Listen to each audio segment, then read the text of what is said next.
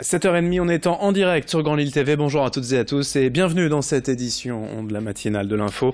Lundi 9 octobre. Bon appétit si vous prenez votre petit déjeuner avec nous. Bon courage si vous partez travailler. D'abord, un point sur vos prévisions météo. On profitera encore du soleil ce matin dans la région. Vous le voyez avec ces images de belles éclaircies ce matin. Puis le retour des perturbations nuageuses. On annonce même peut-être quelques averses dès cet après-midi. En tout cas, des pluies, on en aura bel et bien demain mardi et mercredi encore de sérieuses perturbations sont annoncées. Les températures, elles seront stables pour les prochains jours. 17 degrés aujourd'hui à Lille, 16 degrés, vous le voyez, pour demain, mardi et mercredi. On en reparlera bien évidemment avec les prévisions complètes de la chaîne météo après ce journal. Pour démarrer, l'info, c'est le lancement de la campagne annuelle de vaccination contre la grippe. L'an dernier, l'épidémie avait été précoce, mais d'intensité plutôt modérée. 2 millions de personnes ont consulté un médecin pour des symptômes grippaux l'hiver dernier en France. Malheureusement, la grippe a encore beaucoup tué. 21 000 cas recensés, dont 14 400 directement liés au virus. Cette année, 11 millions de personnes peuvent se faire vacciner gratuitement, car tout est pris en charge, bien sûr, par l'assurance maladie. Moins de la moitié de la population, toutefois, s'est fait vacciner l'hiver dernier, à peine 46%. Mais les médecins rappellent aussi et surtout que le vaccin ne fait pas tout. Il y a plusieurs gestes à combiner au quotidien pour éviter la diffusion de la maladie. Explication complémentaire au micro de Vincent Vieillard. Le vaccin n'est pas suffisant, c'est pour ça qu'il faut toujours ajouter les gestes barrières, c'est-à-dire éviter le contact avec les personnes malades, se moucher ou éternuer dans un mouchoir en papier, bien aérer son logement, etc., avoir une alimentation saine et se laver les mains régulièrement pour tuer tous les microbes qu'il pourrait y avoir sur les doigts. Dans le même temps, la volonté du gouvernement de passer de 3 à 11 vaccins obligatoires dès janvier prochain continue de lever la révolte des opposants au principe de vaccination systématique et contrainte. Selon un récent sondage Odoxa pour le Figaro et France Info, 56% des Français seraient d'ailleurs opposés à cette mesure. Les anti-vaccins tentent donc de se faire entendre auprès de la ministre de la Santé, mais pour l'instant sans effet. Nous avons reçu un opposant au vaccin ici sur ce plateau. Il répondait aux questions de Xavier Silly. Je vais simplement prendre l'exemple de la variole. On a voulu la vaincre par la vaccination systématique, généralisée, obligatoire. Et tous les documents le montrent. Ce fut un échec. Et face à cet échec, on s'est rabattu sur la recherche active des malades par de grandes campagnes d'affichage. Pensez qu'on a imprimé à 2 milliards d'exemplaires la photo d'une petite fille qui est atteinte de variole. Et ensuite, on isolait les malades et on isolait les contacts qui étaient les personnes à proximité. Et cela a très bien fonctionné. Et d'ailleurs, c'est la correspondance chez l'animal, au point de vue épidémiologique, disons, c'est la propagation, c'est l'abattage de l'animal malade et du troupeau. Autre image dans l'actualité régionale pour vous montrer cette opération de contrôle à la frontière belge.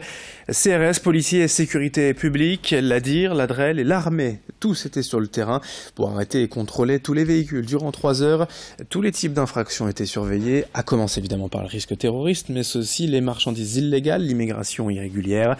Après les attentats de Paris en novembre 2015, les contrôles étaient assurés 24 heures sur 24 à la frontière et ils sont désormais aléatoires. Les forces de l'ordre comptent bien sur l'effet de surprise pour surprendre les éventuels trafiquants ou en tout cas infractions. 300 personnes sont mobilisées chaque jour à la frontière belge. Écoutez ces explications au micro de Céline Huret. Nous mettons en place des contrôles coordonnés, aléatoires, sur toute la frontière et qui associent toutes les forces de sécurité intérieure ainsi que les douanes et sentinelles.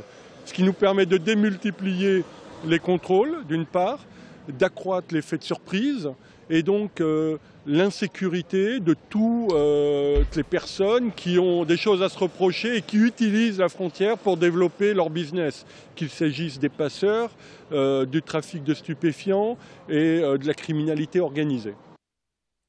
En bref, dans l'actualité, la mairie de Roubaix vient d'annoncer le lancement en 2018 de son dispositif des maisons à 1 €.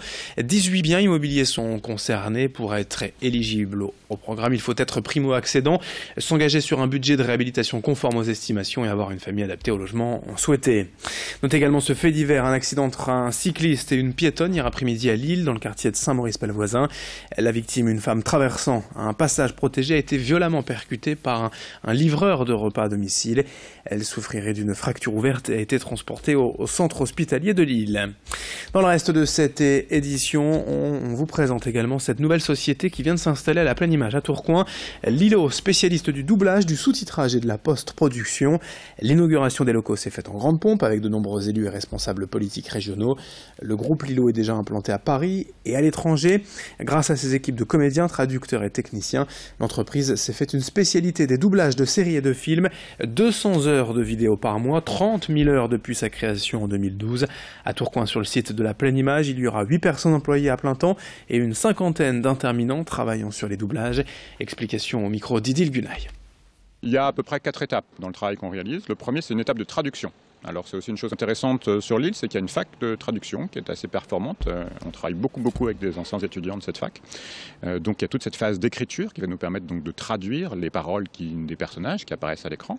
Après on a cette phase d'enregistrement qu'on a évoquée. Alors on utilise un procédé qui s'appelle la bande rythmo, qui est une espèce de karaoké qui permet aux comédiens de se synchroniser à l'image. Après on a une phase de mixage. La phase de mixage consiste à mélanger les sons, les bruits de pas, les musiques avec les voix qu'on a enregistrées. Puis après on a un travail sur l'image, c'est-à-dire qu'on va conformer le son avec l'image et on va recréer un montage qui correspond à la diffusion dans le pays. On peut avoir des problèmes de censure, on peut avoir des problèmes de publicité, on peut avoir des problèmes de ce type. Voilà. Et puis pour finir ce journal, quelques résultats en sport. D'abord le football, le 5e tour de la Coupe de France, pas de Ligue 1 ni de Ligue 2. Il y avait bien sûr l'équipe de France qui s'est donc imposée 1-0 en Bulgarie et qui joue demain les éliminatoires de la Coupe du Monde, match décisif face à la Biélorussie. Mais dans la région, pour ce qui est des clubs de la région, d'abord noter la défaite assez surprenante quand même de l'Iris Club de Croix, 1-0 face à Marc en Calaisie. Qualification quand même des clubs de national à Boulogne et Dunkerque, et puis dans la métropole lilloise, qualification de Tourcoing, d'Hazebrouck, de Saint-André-les-Lilles, de Marc-en-Barœul, de Waterloo. D'autres résultats bien sûr à suivre dans nos prochaines éditions. En basket en proie, le BCM Gravelines Dunkerque joue demain soir dans le Périgord à Boulazac.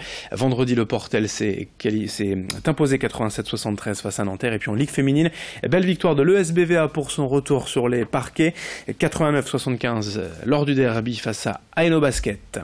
7h37 en direct sur Grand Lille TV. Dans un instant à suivre vos prévisions météo. Merci de votre fidélité. Très belle journée à toutes et à tous.